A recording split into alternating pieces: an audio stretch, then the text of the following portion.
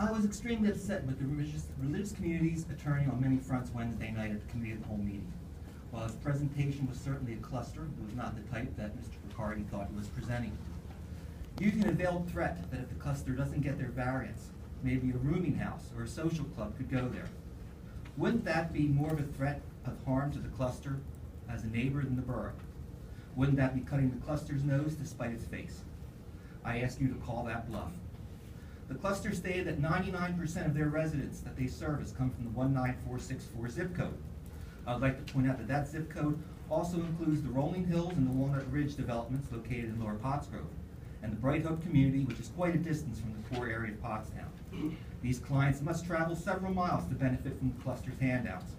I believe that many travel by car, so parking around these buildings is a real concern to the neighborhood, contrary to the cluster's assertion that many of its clients walk to the center. Mr. Riccardi said that the cluster is just a little nonprofit. The best example of a large nonprofit that doesn't pay property taxes that they used was the Pottstown School District. I wish the cluster would present a real nonprofit for comparison, like say the Hill School. I believe they do not go there because the cluster's board of directors includes some of the Hill's top administrators and benefactors. Mr. Riccardi points out that the cluster's pilot payment is some kind of magnanimous gesture, but when pressed about doling out some cash to the same school district that he had just bashed, he had the nerve to say that the cluster doesn't get the same kind of return of investment that they would from the borough. The cluster's clients have children who attend our schools. Isn't that an investment in education worthy of the cluster's nonprofit profits? Mr. Riccardi said the school district would want a lot more tax revenue than the borough requires. Mr. Arms was right to point out the hypocrisy that many tax-paying residents of this borough don't get benefits from the school, but still carry 100% of the burden in school taxes. After Mr. Riccardi's presentation, I heard 3 members of the cluster's board who were seated 1 row behind me lament that they were deprived of the chance to make their plea before the board. Well, if they wished to address the council, they could have signed up for their 3 minutes, like I have done tonight. They could have opined about their satisfaction they feel in attending charity cocktail hours and fundraising golf tournaments. They could have told you stories about how they help the less fortunate of Pottstown, keeping the downtrodden in the poor district far away from their tree-lined cul-de-sacs and stately manors. Here's an idea for the religious community. Why don't they sell both Franklin Street properties and lease out the empty Weiss Shopping Center in Pottstown Center? They would get a better food pantry. They could expand their offerings to refrigerated, frozen, and other perishable foods. The space would allow for office and training classrooms, provide plenty of parking and easy access to park buses. It worked quite well for Creative Health Services, who moved their headquarters from High Street to Robinson Court. This improved High Street with less loitering in front of that building morning, noon, and night. The Weiss building also provides outside cover in the form of overhangs.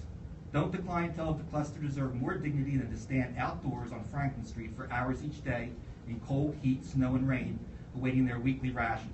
I certainly think so. Our communities less fortunate could get to locations like Premium Outlet and Upland Square if the cluster would provide transportation passes. I also wanted to quickly address the presentation the YWCA made to council Wednesday night, that you waived the liens on 323 and 325 King Street. These properties were offered to the school district before they were gifted to the YWCA. The district's intent was to use these properties as a teaching tool for our construction technology students. Ultimately, these properties would have been sold as single-family homes that produce tax revenue to both the borough and the school district. We were concerned about environmental and structural issues with those properties. I really don't believe that the YWCA is looking to rehab these units to sell as tax-paying homeowners. It's not out of the realm of possibility that the council would be forgiving these liens. The YWCA's next step would be to ask for a demolition permit so that these lands could be used for a parking lot. Thank you. Thank you.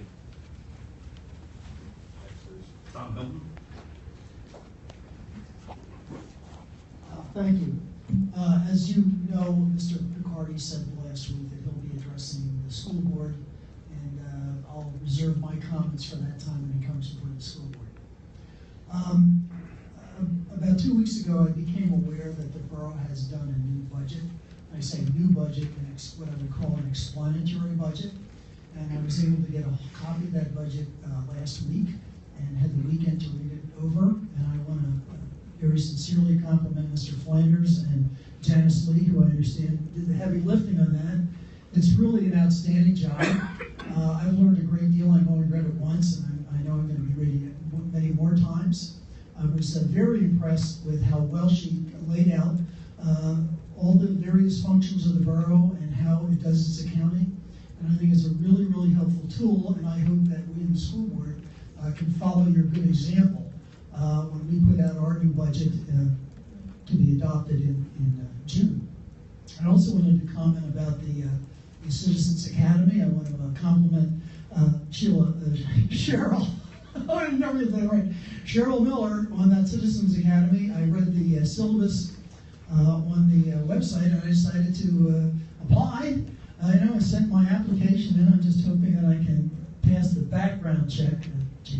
But if I can, I'm delighted to take part, and I want to thank you very much for making that possible. Thank you.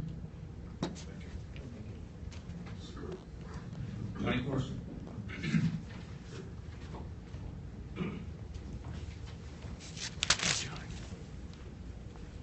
Good evening, everybody. I want to, as a commissioner for the Pottstown Human Relations,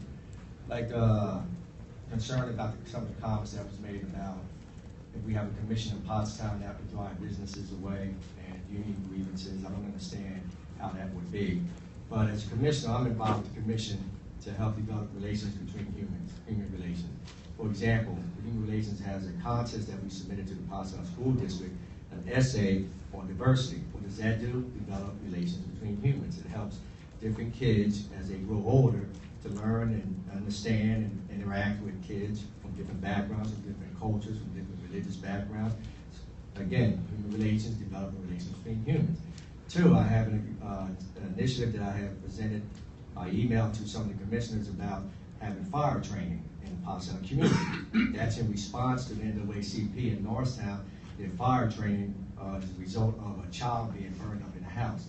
So I wanted to present that and have a partnership with the fire department to do training, fire training, and also insurance training on what type of insurance you should have when you have fire insurance, what's covered, what's not covered. Again, developing relations between humans.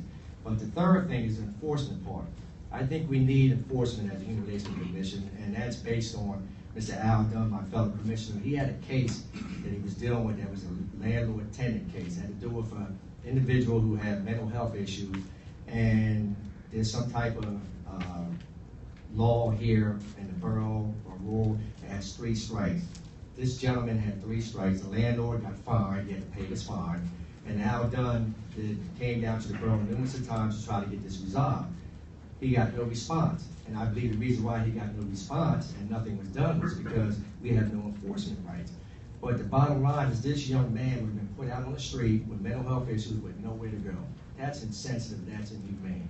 But that's why I'm involved in human relations, but I think that's why we need it. I can go further, but Mr. Dan's about to cut me off.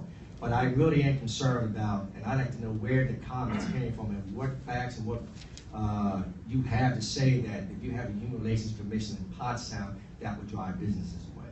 And the liability part. I don't understand where that comes from, what facts you have, who told you that, and can we have a meeting and present that to the commission? Because that really concerns me. And I agree, if we do not have enforcement, you are taking the voice away from the Pottstown citizens. Thank you. Thank you. That is the extent of the citizens' comments.